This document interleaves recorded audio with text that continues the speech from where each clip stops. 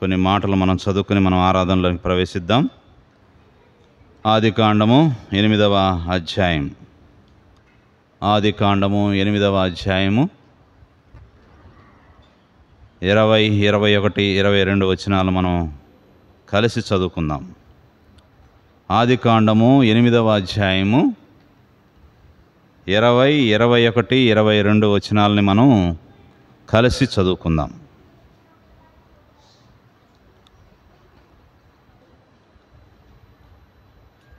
అప్పుడు నోవహు యెహోవాకు బలిపీఠము కట్టి పవిత్ర పశువులన్నిటిలోనూ పవిత్ర పక్షులన్నిటిలోనూ కొన్ని తీసుకొని ఆ పీఠం మీద దహన బలి అర్పించెను. అప్పుడు యెహోవా ఇంపైన సువాసనను ఆఘ్రాణించి, ఇక మీదట నరులను బట్టి భూమిని మరలా శపించను. ఎందుకనగా నరుల హృదయాలోచన వారి బాల్యము నుండి చెడ్డది. నేనిప్పుడు చేసిన ప్రకారముగా ఇకను సమస్త జీవులను సంహరింపను. భూమి నిలిచి ఉన్నంత వరకు వెదకాలమును కోతకాలమును శీతోష్ణములను వేసవి శీతాకాలములను రాత్రింబగలను ఉండక మానవని తన హృదయంలో అనుకొనెను. ప్రభు సహాయం కొరకై మనం ప్రార్థన చేసుకుందాం.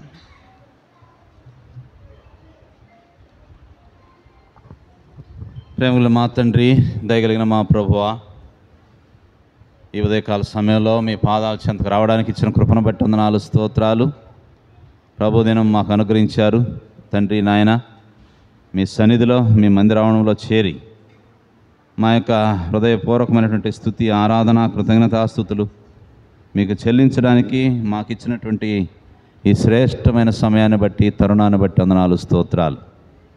దయగలన మా తండ్రి, ఈ భూమి మీద అల్పమైన మాకు ఇచ్చినటువంటి భాగ్యాన్ని బట్టి వందనాలు, స్తోత్రాలు. నాయన, చదువుకున్నటువంటి లేఖన భాగాల ద్వారా మాతో మాట్లాడండి. ఆరాధించుట కొరకై నన్ను మమ్మలను ప్రేరేపించండి. దయగలన మా తండ్రి, పాటల ద్వారా మీరు మహిమ పొందుతూ వచ్చారు. అట్లు వాక్యం ద్వారా కూడా మీరే మహిమ పొందుము. మీరే మాతో మాట్లాడము. మీ స్వరం వినిపించము.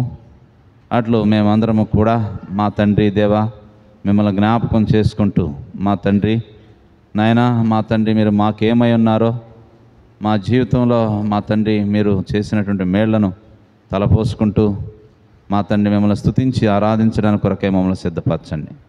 కానీ కనిపించినటువంటి దుష్ట శక్తులను, అంధకార శక్తులను యేసు నామములో బంధిస్తూ గద్దిస్తున్నాం. దయగలన మా తండ్రి, ఆద్యంతము తోడుగా ఉండండి. మీరే కృప చూపించండి. వచ్చిన వారందరిని బట్టి కూడా వందనాలు, స్తోత్రాలు. ఇంకా ఎవరైనా మీ ఏర్పాట్లో ఉంటే వారందరిని కూడా త్వరపెట్టి తీసుకుని రమ్మని ప్రార్థన చేస్తున్నాను. దయగలన మా తండ్రి, కృపగలన మా దేవా, అల్పుడను బలహీనుడను నిష్ప్రయోజకుడైన నీ దాసుడను మీరే జ్ఞాపకం చేసుకుని మా ప్రభు సిలువ చాటును మరుగుపరిచి మీ యొక్క కృప చొప్పున నన్ను బలపరిచి మీ నామ మహిమార్థంగా మీ పని కొరకై వాడుకోనమని మీ సన్నిధిలో వేడుకొనుచున్నాను. కనికరం చూపించు. మీ కృపకే సమస్తమును సమర్పించుకొనుచు యేసుక్రీస్తు వారి ఘనమైన పరిశుద్ధమైన శక్తి కలిగిన నామములో స్తుతించి ప్రార్థించి వేడుకొనుచున్నాము తండ్రి. ఆమేన్.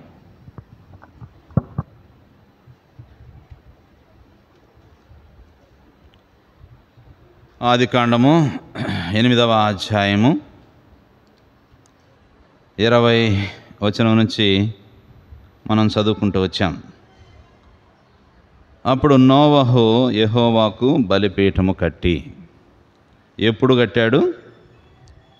జలప్రళయం వచ్చిన తర్వాత, పూర్తయిన తర్వాత, మరి భూమి మీద ఉన్నటువంటి ఆ నీళ్ళంతా కూడా పోయిన తర్వాత, మరి ప్రతి జంతువు, పాకు, ప్రతి పురుగు, ప్రతి పిట్ట, భూమి మీద సంచరించుతున్నవన్నీ కూడా వాటి జాతుల చొప్పున ఆ ఓడలో నుంచి బయటకు వచ్చిన తర్వాత నోవహు చేసినటువంటి మొట్టమొదటి పని ఏమిటి?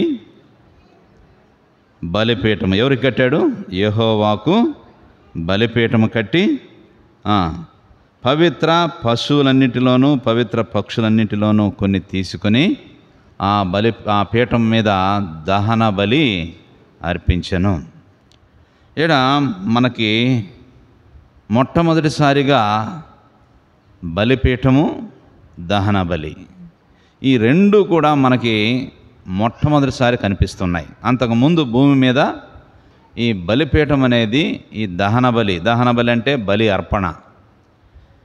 బలిపీఠము, బలి అర్పణ అనేవి అంతకుముందు లేవు.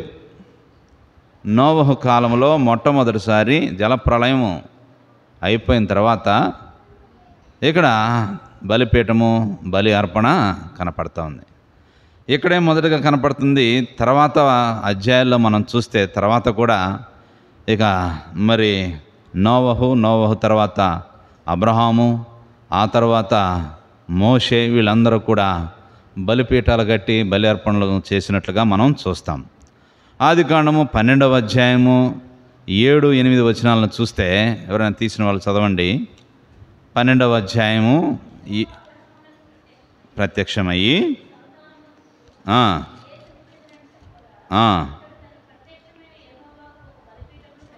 తనకు ప్రత్యక్షమైన యెహోవాకు ఒక బలిపీఠమును కట్టెను. తర్వాత అబ్రహాం కట్టిన తర్వాత 13వ అధ్యాయంలో కూడా చూస్తే 13వ అధ్యాయము 18వ వచనంలో 13వ అధ్యాయం 18వ వచనం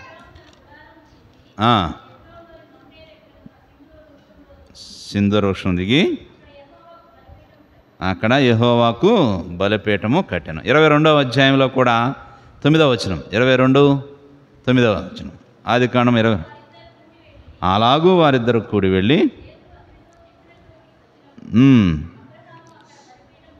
అబ్రహాము అక్కడ బలిపీఠము కట్టి కట్టెలు చక్కగా పేర్చి తన కుమారుడు ఇస్సాకును బంధించి ఆ పీఠం పైన ఉన్న కట్టెల మీద వచ్చాను. ఇక్కడ మనం చూసినట్లయితే మొట్టమొదటిగా ఇక్కడ నోవహు కాలంలో బలిపీఠము, బలి అర్పణ మనకు కనపడుతుంది.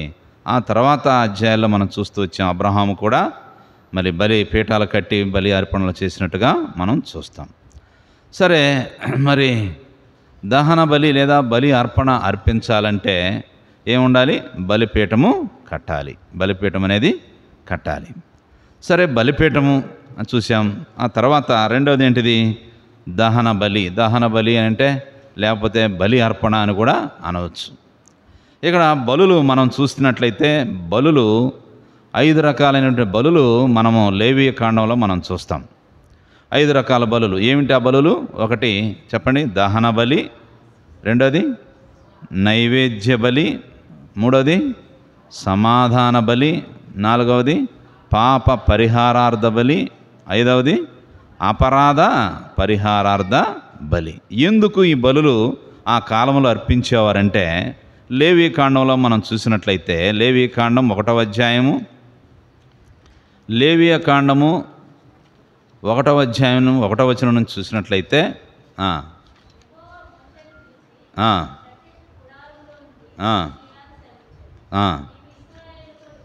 ఎట్లనము మీలో ఎవరైనాను గోవుల మందలో నుండి కానీ, గొర్రెల మందలో నుండి కానీ, మేకల మందలో నుండి కానీ దాన్ని తీసుకొని రావలెను. 3వ వచనం, అతడు దహన బలి రూపముగా అర్పించినది గోవుల్లోని దాని ఎళ్ళ నిర్దోషమైన మగదాన్ని తీసుకుని రావలెను. తాను యెహోవా సన్నిధిని అంగీకరింపబడినట్లు ప్రత్యక్షపు గుడారం యొక్క ద్వారమునకు దానిని తీసుకొని రావలెను. చదువుదాం. 7వ వచనం, అతడు దహన బలిగా అర్పించు పశువు తల మీద తన చెయ్యినుంచవలెను. అతని నిమిత్తము ప్రాయశ్చిత్తము కలుగునట్లు అది అతని పక్షముగా అంగీకరింపబడును. ఇక్కడ మనం చూసినట్లయితే దహన బలి రూపంగా అర్పించేది అది గోవుల్లోందైనా కానీ, మరి నిర్దోషమైన మగదాన్ని తీసుకొని రమ్మన్నప్పుడు అక్కడ 3వ వచనంలో చూడండి, అక్కడ తాను యెహోవా సన్నిధిని అంగీకరింపబడినట్లు. ఎందుకు ఆ బలి అర్పిస్తారు చెప్పండి? యెహోవా తాను, ఎవరైతే బలి అర్పిస్తున్నారో తాను యెహోవా సన్నిధిని ఏమవ్వాలంట? అంగీకరింపబడేదాని కొరకై. తర్వాత అలాగే 4వ వచనంలో చివరి భాగంలో అతని నిమిత్తము ప్రాయశ్చిత్తము కలుగునట్లు అది అతని పక్షముగా అంగీకరింపబడును. అర్థమవుతుందా? అక్కడ మనం చూసినట్లు ఎందుకు బలులు అర్పించేవారంటే తాను యెహోవా సన్నిధిని అంగీకరింపబడాలి. అంతేకాదు ఆ పశువుని ఎందుకు బలిగా అర్పిస్తున్నారంటే అతని నిమిత్తము ప్రాయశ్చిత్తము కలుగునట్లుగా, అంటే తనకు బదులుగా ప్రాయశ్చిత్త బలిగా ఆ పశువుని అక్కడ బలిగా అర్పిస్తూ వచ్చినట్లుగా మనం చూస్తాం. అంతేగా అందుకే ఏమన్నా చూడండి 4వ వచనంలో, అతడు దహన బలిగా అర్పించు పశువు తల మీద తన చెయ్యిని ఉంచవలను, తన చెయ్యిని ఉంచవలను. అప్పుడు తన చెయ్యి ఉంచితే అతని పక్షముగా, అతని నిమిత్తము ప్రాయశ్చిత్తము కలిగినట్లు అది అతని పక్షముగా అంగీకరింపబడును. కాబట్టి సహోదరి సహోదరులారా, ఇక్కడ చూసినట్లయితే బలి ఎందుకు అర్పిస్తున్నామంటే 2 మాటలు మనం చూస్తూ వచ్చాం. తాను యెహోవా సన్నిధిని అంగీకరింపబడినట్లుగా, రెండవది అతని నిమిత్తము ప్రాయశ్చిత్తము కలిగినట్లుగా బలి అర్పణ జరుగుతూ వచ్చేది. సరే, దహన బలి అంటే ఇక్కడ చూడండి 17వ వచనంలోనే, మరి లేవి కాండము 1వ అధ్యాయం 17వ వచనంలో ఏమన్నదంటే, దహన బలి అనగా యెహోవాకు ఇంపైన సువాసన గల హోమము అనేది మనం ఇక్కడ చూస్తాం. సరే, మనం ఇప్పటిదాకా చూస్తూ వచ్చాం బలిపీఠం అంటే ఏమిటి, బలి అర్పణ ఏమిటి అనేది మనం చూసాం. వీటన్నిటిని మనం చూసినట్లయితే ఇది నూతన నిబంధనలో మన ప్రభువైన యేసుక్రీస్తు యొక్క బలియాగాన్ని సూచిస్తుందా లేదా అనేది నేను మీకు జ్ఞాపకం చేస్తున్నాను. ఈ బలియాగము పాత నిబంధన గ్రంథంలో పశువును, నిర్దోషమైన మగ పశువును అక్కడ బలిపీఠం మీద బలిగా అర్పించాలని చెప్పాను. ఎందు నిమిత్తం అంటే యెహోవా సన్నిధిని తాను అంగీకరింపబడినట్లుగా, రెండవది అతని నిమిత్తము అది ప్రాయశ్చిత్తము ఉన్నట్లుగా దాని తల మీద చేతులు ఉంచాలని, మరి ఆ విధంగా అర్పిస్తూ వచ్చినప్పుడు ఇప్పుడు మనం చూస్తే ఆ బలియాగము దేన్ని సూచిస్తుంది అంటే ప్రభువైన యేసుక్రీస్తు వారి యొక్క బలియాగాన్ని మనం చూపిస్తుంది. చూడండి, ఇక్కడ ఈ అర్పణలన్నీ కూడా దేవుని గొర్రెపిల్ల అయినటువంటి యేసుక్రీస్తు యొక్క బలి అర్పణను మనకి చూపిస్తాయి.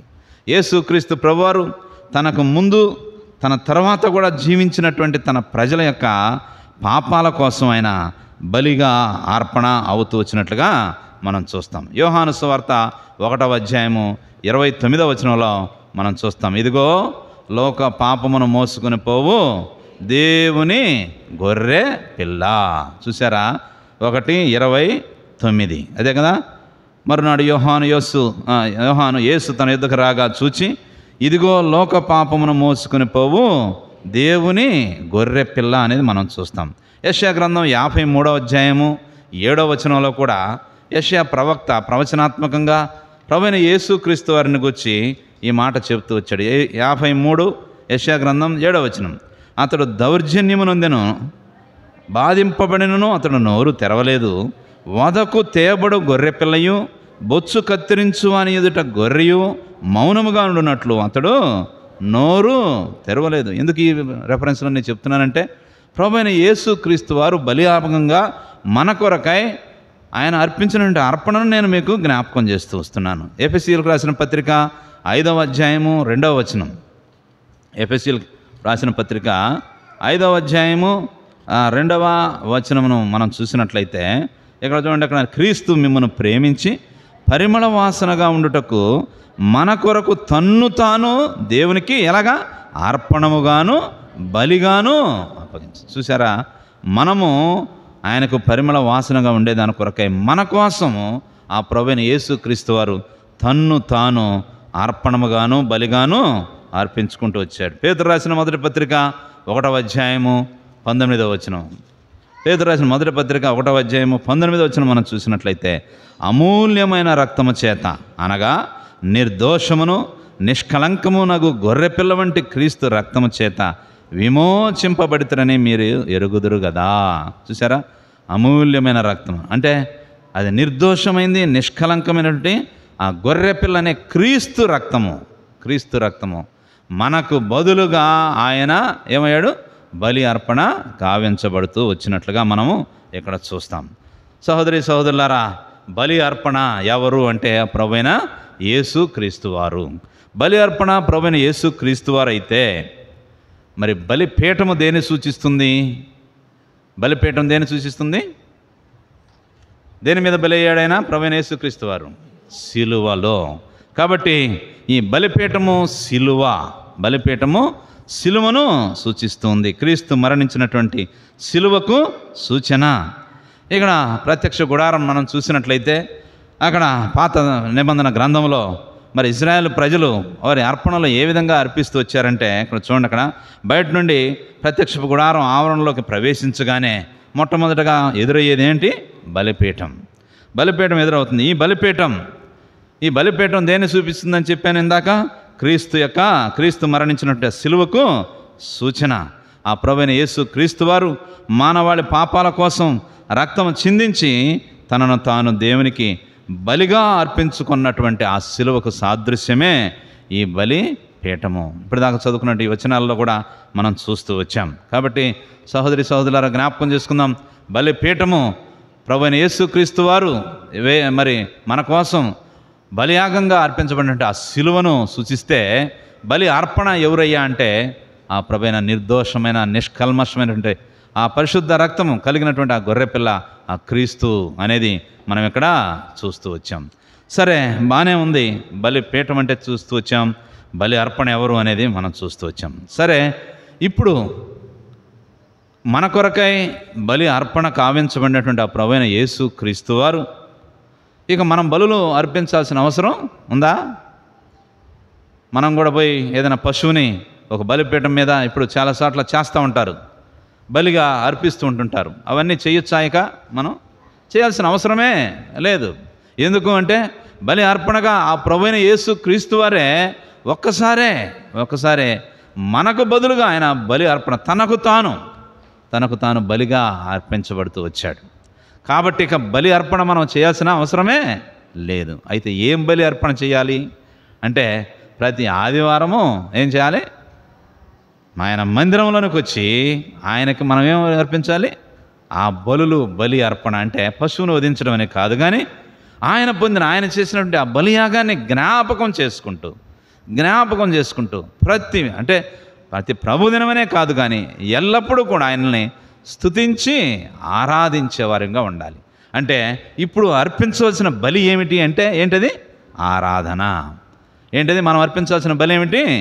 ఆరాధన, స్తుతి, స్తోత్రములు ఆయనకి మనము బలి అర్పణగా మనము అర్పించాల్సిన అవసరము ఉంది. చూడండి, ఇక్కడ ఎందుకు ఆయనకు బలి అర్పణ అర్పించాలనేది మనం చూస్తూ వచ్చాం. అయినప్పటికీ చూడండి, అక్కడ యెషయా గ్రంథం 6వ అధ్యాయము 3వ వచనంలో చూసినట్లయితే, యెషయా గ్రంథము 6వ అధ్యాయము 3వ వచనం,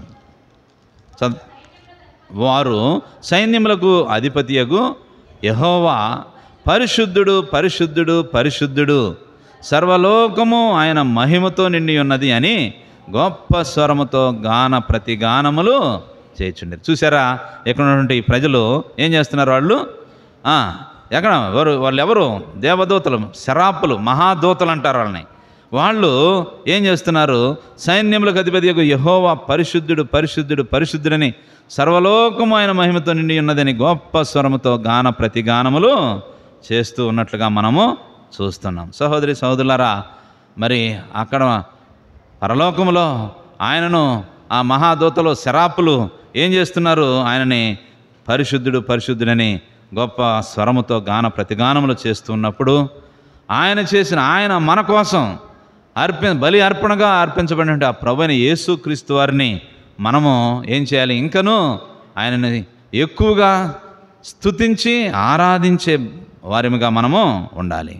ఇక్కడ మనము జ్ఞాపకం చేసుకుందాం, ఆ బలి అర్పణ గావించబడినటువంటి ఆ ప్రభువైన యేసు క్రీస్తు వారు ఎటువంటి వాడు?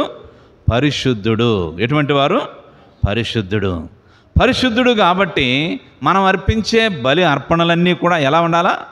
పరిశుద్ధుడు. ఇక్కడ చదువుతూ వచ్చాం, ఆదికాండం ఇందాక 8వ అధ్యాయంలో 20వ వచనంలో చూడండి, అక్కడ 20వ వచనంలో, అప్పుడు నోవహు యెహోవాకు బలిపీఠము కట్టి ఏం చేశాడు? అక్కడ పవిత్ర పశువులన్నిటిలోనూ, పవిత్ర పక్షులన్నిటిలోనూ ఏం కనపడుతుంది? పవిత్ర పశువులు. అర్థమవుతుంది కదా? పవిత్ర పశువులు, పవిత్రమైన పక్షులు అంటే ఇక్కడ ఏం కనపడుతుంది మనకి? పరిశుద్ధమైన వాటిని ఏం చేస్తూ వచ్చాడు? బలి అర్పణగా అర్పిస్తూ వచ్చారు. ఇక్కడ మనము కూడా ఏం చేస్తున్నాం? ఏం చేయాలి చెప్పండి? పరిశుద్ధమైనటువంటి బలిని మనము అర్పించాలి. సహోదరులారా, ఇక్కడ కూర్చున్నటువంటి మీరందరూ కూడా ఒకసారి జ్ఞాపకం చేసుకోవాల్సిందిగా మీకు జ్ఞాపకం చేస్తున్నాను. ఏమిటి అంటే, మనము ఆయనకు అర్పించే బలి, ఆ బలి అనేది పరిశుద్ధమైనదిగా లేదా పవిత్రమైన బలిని మనం అర్పిస్తున్నామా? లేకపోతే అపవిత్రంగా ఆయనకు బలి అర్పిస్తున్నామా?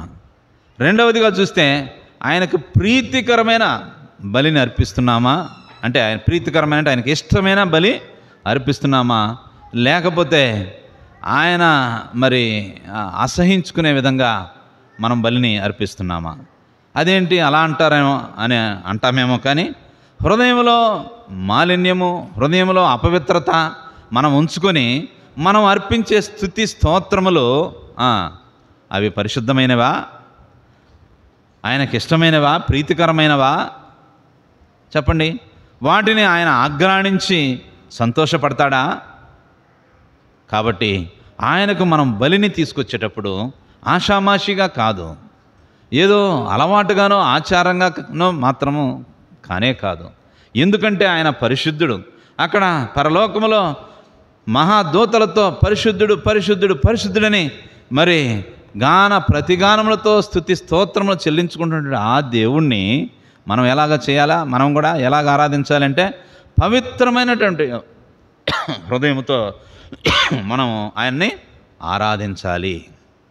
కాబట్టి ఆయన సన్నిధికి వచ్చినప్పుడు మనము పవిత్రమైన వారమిగా, పవిత్రమైన హృదయంతో మనలో ఉన్నటువంటి మలినాలు లేకపోతే మనలో ఉన్నటువంటి కల్మషం వాటన్నింటినీ కూడా సంపూర్ణంగా తొలగించుకొని హృదయపూర్వకంగా సంతోషంతో ఆయనకు ఇష్టమైనటువంటి బలిని ఆయనకు అర్పించాలి. ఎందుకంటే ఆయన పరిశుద్ధుడు. అందుకే చూస్తూ వచ్చాం నిర్గమకాండం 15:11 చూస్తూ వచ్చాం. ఇక్కడ చూడండి, అక్కడ చూస్తే ఆయన వేల్పులలో నీకు యెహోవా వేల్పులలో నీ వంటి వాడు ఎవరు? ఏముంది తర్వాత చదవండి, కనపడుతుందా? పరిశుద్ధ, మనకు నోటెడ్ కూడా వచ్చు కదా, పరిశుద్ధతను బట్టి నీవు మహనీయుడవు. చూసారా, ఆయనకు సాటి అయిన వారు ఎవరు లేరు. పరిశుద్ధతలో ఆయనకు సమానమైన వారు ఎవరునూ లేరు. అర్థమవుతుంది కదా ఈ మాట? పరిశుద్ధతలో ఆయనకు సమానంగా ఉండేవారు ఎవరునూ లేరు. అంతే. నీ వంటి వారెవరు? నీకు సమానుడైన వారు ఎవరు? నీకు సమం ఎవరయ్యా పరిశుద్ధతలో? కాబట్టి నువ్వు పరిశుద్ధతను బట్టి నువ్వు మహనీయుడవు అని చెప్పి మనము ఆయన్ని స్తుతించి ఆరాధించాలి. 93వ కీర్తన 5వ వచనంలో కూడా చూసినట్లయితే మరి ఆయన పరిశుద్ధుడైనప్పుడు ఆయన నివసించే నివాస మందిరం ఎలా ఉంటుంది చూడండి. 93వ కీర్తన 5వ వచనం చదవండి. తప్పిపోవు యెహోవా ఎన్నటెన్నటికి పరిశుద్ధతయే నీ మందిరమునకు అనుకూలం. చూసారా, పరిశుద్ధతయే ఎన్నటెన్నటికి పరిశుద్ధతయే నీ మందిరమునకు అనుకూలం. హెబ్రీయులకు రాసిన పత్రిక 12వ అధ్యాయము 14వ వచనం కూడా చూసినట్లయితే 12వ అధ్యాయం 14వ వచనం చదవండి.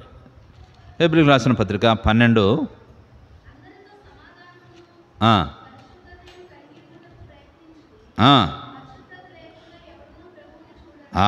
చూసారా, పరిశుద్ధత లేకుండా ఎవడును ప్రభువును చూడలేడు. చూసారా సహోదరి సహోదరులారా, ప్రభువును మనం చూడాలంటే ఏం కావాలా?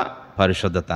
పరిశుద్ధత లేకుండా ఎవరు కూడా ప్రభువుని చూడలేరు. అందుకే లేవి కాండంలో 23వ అధ్యాయం 7వ వచనంలో ఏమని చెప్పాడు? మొదటి దినమున మీరందరూ కూడా పరిశుద్ధ సంఘముగా కూడవలెను.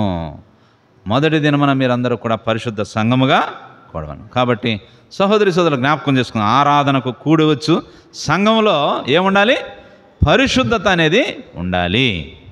ఆరాధనకు కూడవచ్చు సంఘంలో ఏముండాలంట? పరిశుద్ధత ఉండాలి. ఈ పరిశుద్ధత లేకపోతే అది ఆయనకి ఇష్టమైన బలి కానే కాదు.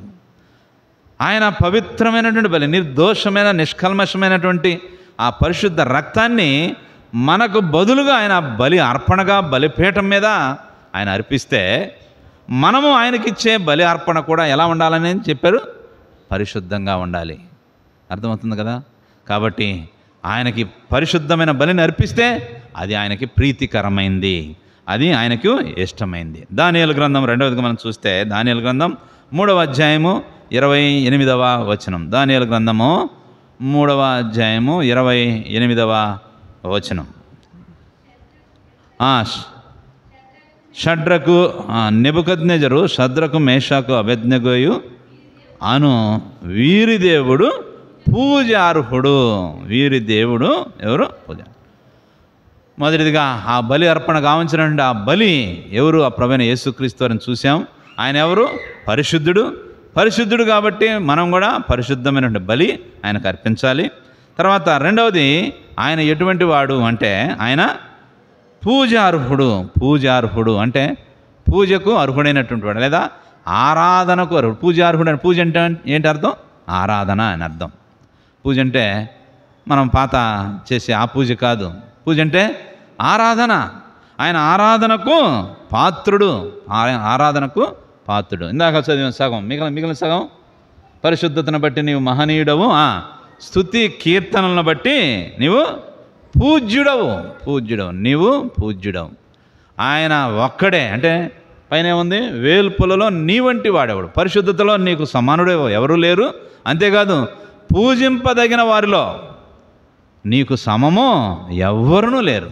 అయ్యా, నిన్నొక్కడనే పూజింపదగిన వాడు ఎవరైనా ఉన్నారు అంటే భూమి మీద, ఎవరైనా మన కోసం తనను తాను బలి అర్పణగా అర్పించుకున్నటువంటి ఆ వదకు తేబడినటువంటి ఆ గొర్రెపిల్లైన క్రీస్తు ప్రభువారే. ఆయన తప్ప పూజించదగిన వారు ఎవరునూ భూమి మీద లేనే లేరు. చాలాసార్లు చాలామంది ఏం పెట్టుకుంటారు? పేర్లకు ముందు రెవరెండ్ అని పెట్టుకుంటారు. రెవరెండ్ సో అండ్ సో అని పెట్టుకుంటారు. రెవరెండ్ అంటే అర్థం ఏమిటంటే ఇంగ్లీష్లో పూజింపదగిన వాడు అని అర్థం. అర్థమవుతుందా? నేను విమర్శించడం లేదు, విమర్శించేంత స్థాయి కూడా నాకు లేదు, కానీ నేను అర్థం చెబుతూ ఉన్నాను. రెవరెండ్ అంటే పూజింపదగినటువంటి ఫలాని మహాశయ అని అర్థమా? అంతే కదా. రెవరెండ్ అంటే పూజింపదగిన వాడని. అయితే ఇప్పుడు ఏం చెప్పుకున్నాం? దేవుని వాక్యంలో ఏముంది? భూమి మీద పూజింపదగిన వాడు ఒకడే.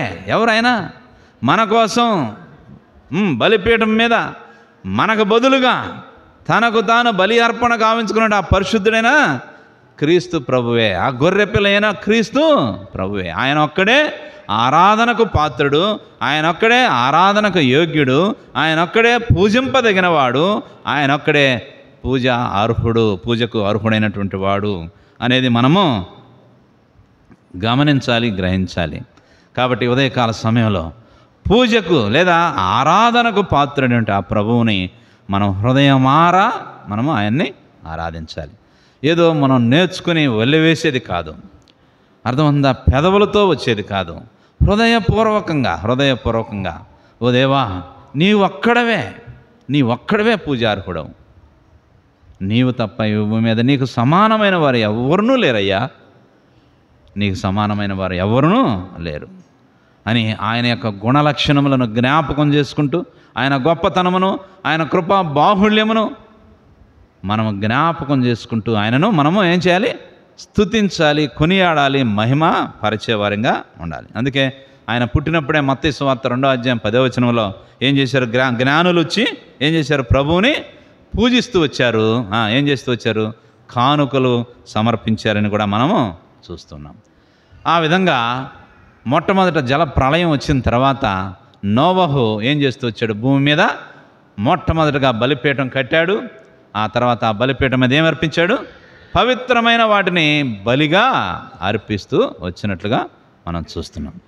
సరే, ఆ పవిత్రమైన బలిని ఏం చేశాడు దేవుడు? చూడండి, 21వ వచనం, 8వ అధ్యాయము 21. అప్పుడు యెహోవా ఇంపైన సువాసనను ఆఘ్రాణించి, చాలు, అంతవరకు చాలు. ఏం చేశాడు? అది ఏమైంది? అది ఆ నోవహు అర్పించిన బలి ఆయనకి ఏమైంది? ఇంపైనదిగా ఉంది. ఇంపైనదిగా లేదా ఇష్టమైనదిగా తనకి ఉంది. ఇష్టమైనదిగా ఉంది ఆ సువాసన, పరిమళమైన వాసన. అంతేనా కదా? మనం కూడా ఏం చేస్తాం? మంచిగా బిర్యానీ వండుతూ ఉంటే ఏం చేస్తాం? ఆ వాసన కొంచెంసేపు నిలబడతామా లేదా? నిలబడతామా? నేనైతే నాకు ఆ మాట అనేసరికి నాకు గుర్తొస్తూ ఉంది. నేను చదువుకునేటప్పుడు కాలేజీలో చదువుకునేటప్పుడు ఏదో అక్కడెక్కడ ఉండే హాస్టల్లో తింటూ ఉండేవాళ్ళం కదా. ఎప్పుడైనా బజార్లో వెళ్తూ ఉంటే మంచి బిర్యానీ వాసన వస్తూ ఉంటుంది. మంచి బిర్యానీ వాసన వస్తూ ఉంటే ఇంకంతే, అరే మంచి బిర్యానీ వాసన వస్తుంది, మనం పోయి తినలేము, వాళ్ళు ఎవరు మనకు తెలియదు, మనకు పెట్టరు. ఏం చేస్తాం? కొన్ని 2 నిమిషాలు నిలబడతాం. అలాగా దాన్ని ఏం చేస్తాం? ఆఘ్రాణిస్తాం. దాన్ని కొంచెంసేపు ఆ వాసనని ఎంజాయ్ చేసి ఏదో బిర్యానీ తిన్నట్టుగా ఫీలింగ్తో, అంటే చదువుకునే రోజుల్లో ఆ ఫీలింగ్తో అలాగా వెళ్ళేవాడు. జస్ట్ నేను జ్ఞాపకం చేస్తున్నాను అంతే. ఏమది ఇక్కడ ఆయనకు అర్పించిన బలి ఆయనకి ఇష్టమైనది కాబట్టి ఆయన ఏం చేశాడు? ఆఘ్రాణించంటే బాగా దాన్ని గ్రహించాడు. ఆ సువాసనని పీల్చుకున్నాడని చెప్పొచ్చేమో, పీల్చుకున్నాడనేది. అదే చెడ్డ వాసనది ఇష్టమైంది లేదు దానికి, ఇష్టమైన వాసన వస్తుంటే నిలబడతాం మనం? ఉండగలమా? కొంతసేపు అయినా ఉండగలమా? కళ్ళు తిరిగిపోతాయి. తిన్నదంతా కడుపులో అది బయటికి వాంతి అయ్యేటంతగా అంత భయంకరంగా నిలబడలేం, పరిగెత్తుకుంటా మనం వెళ్ళిపోతాం. అదే ఇంపైనది, ఇష్టమైంది, మంచిది మనకి వింటే కొంతసేపు దాన్ని పీల్చుకోవాలని మనకి అనిపిస్తూ ఉంటుంది. అలాగే ఇక్కడ యెహోవాకు ఆ నోవహు అర్పించినటువంటి బలి ఎలా ఉందంట? ఇష్టమైందిగా లేదా ఇంపైనదిగా, ఆ ఇంపైన సువాసనను ఆఘ్రాణించినట్లుగా చూస్తున్నాం. కాబట్టి సహోదరి సహోదరుడా, ఫిలిప్పీయులకు రాసిన పత్రిక 4వ అధ్యాయము 18వ వచనంలో మనం చూస్తే, ఫిలిప్పీయులకు రాసిన పత్రిక 4వ అధ్యాయము 18వ వచనం చదువుతారా ఎవరన్నా? ఫిలిప్పీ 4:18. నాకు సమస్తమును సమృద్ధిగా కలిగి ఉన్నది, మీరు పంపిన వస్తువులు ఎపఫ్రొదితు వలన పుచ్చుకొని ఏమీ తక్కువ లేక ఉన్నాను. అవి మనోహరమైన సువాసనయు దేవునికి ప్రీతికరమును ఇష్టమునైన యాగమునై ఉన్నవి. ఓ సహోదరి సహోదరులారా, ఇక్కడ మనం అర్పించే బలి అర్పణ అవి ఎలా ఉండాలంట?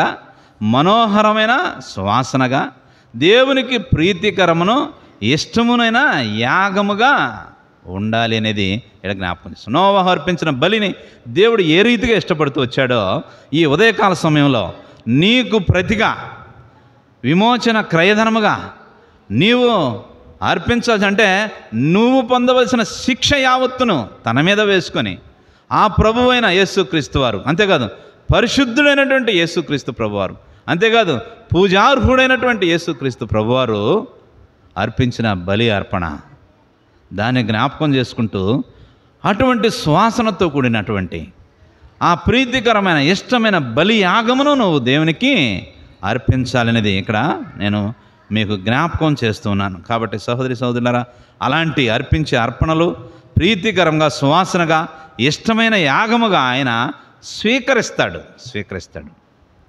స్వీకరించాలి. మనం అర్పిస్తే బలి అర్పణ ఏం చేయాలా? స్వీకరించాలి, తీసుకోవాలా. తీసుకోకపోతే ఏం చేస్తాం? ఆడ బారేసిపోతామా? చెప్పండి. మనం ఏదైనా ఒకటి తీసుకెళ్ళాం మనం బంధువుల ఇంటికి, మనకి చుట్టాల ఇంటికో లేకపోతే మనకు దగ్గర వాళ్ళ ఇంటికి తీసుకెళ్ళినప్పుడు మనం ఇచ్చినప్పుడు వాళ్ళు దాన్ని ఏం చేయాలా? ఇష్టంగా స్వీకరించాలి. అలా కాకుండా మొహం ఇటు పెట్టేట్టు తీసుకుంటే, ఇస్తున్నప్పుడు నీ మొహం చాలామంది ఉంటారో లేదా? మీకు లేదా అనుభవం? ఎదురు చూడలేదా? లేకపోతే మీరు ఎప్పుడైనా చేశారు అలాగా? ఇచ్చేటప్పుడు ఇష్టం ఉండి లేనట్టుగా తీసుకుంటూ ఉంటారు. అది స్వీకరించడమా? అవుతుందా? కాదు.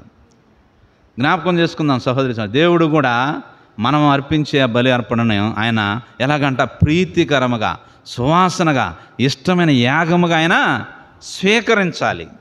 స్వీకరిస్తాడు కూడా. స్వీకరించడానికి ఆయన సిద్ధంగా ఉన్నాడు కూడా. అయితే నీవు ఏ విధంగా అర్పిస్తున్నావు అనేది చూస్తాడు. నీవు ఏ విధంగా అర్పిస్తున్నావు? పరిశుద్ధంగా అర్పిస్తున్నావా?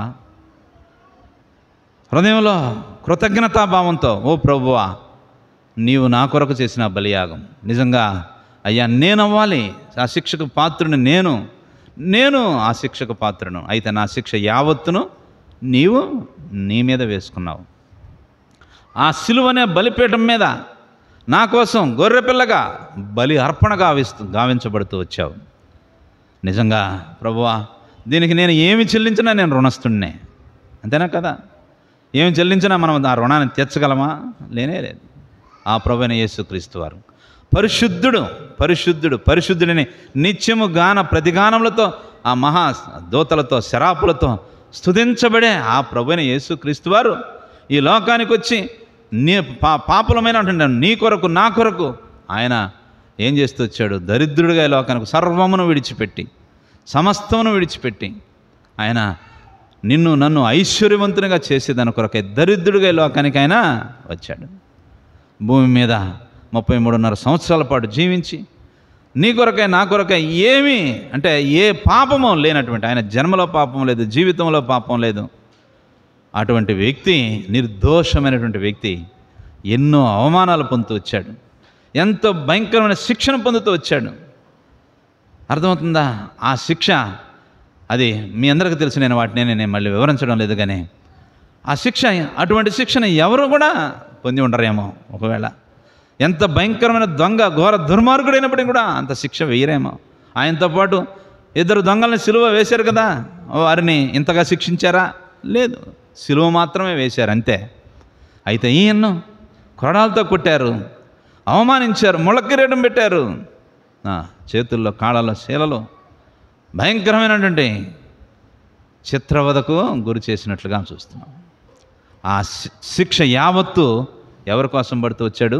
నీ కోసం, నా కోసం. మరి ఆయనకు ఈ ఉదయకాల సమయంలో ఆ పరిశుద్ధమైనటువంటి బలిని నీవు అర్పించవా? పరిశుద్ధమైన బలిని నువ్వు అర్పించకుండా ఇంకా మౌనంగా ఉంటావా? సహోదరి సహోదరులారా, జ్ఞాపకం చేసుకుందాం. ఆ బలి నువ్వు అర్పిస్తే ఆయన ఏం చేస్తాడంట? ఆయన ప్రీతికరంగా, సువాసనగా, ఇష్టమైన యాగంగా ఆయన స్వీకరిస్తాడు. కాబట్టి సహోదరి సహోదరుడా, ఈ మన కొరకు బలి అర్పణగా ఆ బలి అయిన క్రీస్తు యొక్క బలిని తండ్రి అయిన దేవుడు అంగీకరించడం ద్వారా క్రీస్తు రక్తములైనటువంటి ఆ క్రొత్త నిబంధన మనకు ఏర్పడుతూ వచ్చింది. ఆ క్రీస్తు యేసు యొక్క శిలువ మరణం వల్ల మనము పరిశుద్ధపరచబడుతూ వచ్చాం. హెబ్రీలు రాసిన పత్రిక 10వ అధ్యాయము 10వ వచనం. హెబ్రీలు రాసిన పత్రిక 10వ అధ్యాయము 10వ వచనం చదవండి. 10:10 ఒక్కసారి అర్పింపబడటం ద్వారా ఆ చిత్తమును బట్టి మనము ఏమయ్యాం? పరిశుద్ధపరచబడ్డాం. మనం పరిశుద్ధులమా అంతకుముందు? కానే కాదు. పాపమునకు దాసులం. అయితే ఆయన ఒక్కసారియే అర్పింపబడటం చేత ఆ చిత్తమును బట్టి మనము పరిశుద్ధపరచబడి ఉన్నాం. 14వ వచనం, ఒక్క అర్పణ చేత ఈయన పరిశుద్ధపరచబడి వారిని సదాకాలమునకు సంపూర్ణులుగా ఆయన చేసి ఉన్నాడు. కాబట్టి సహోదరి సహోదరులారా, క్రీస్తు రక్తం ద్వారా పరిశుద్ధ స్థలములో అంటే పరలోకములో ప్రవేశించుటకు మనకు హక్కును ధైర్యమును కలిగి ఉన్నది కనుక పరిశుద్ధత కలిగి ఆయనను లేదా తండ్రిని మనము ఆరాధించే వారిగా మనము ఉండాలి. 10వ అధ్యాయంలోనే హెబ్రీలు 21-22 వచనాలు కూడా చదవండి. గట్టిగా